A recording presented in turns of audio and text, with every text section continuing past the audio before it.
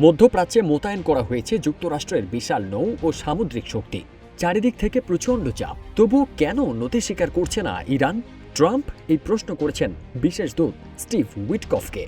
সম্প্রতি ফক্স নিউজকে দেওয়া সাক্ষাৎকারে উইটকফ বলেন, ইরান কেন আত্মসমর্পণ বা নতি স্বীকার করার ঘোষণা দিচ্ছে না তা নিয়ে ট্রাম্প বেশ কৌতূহলী।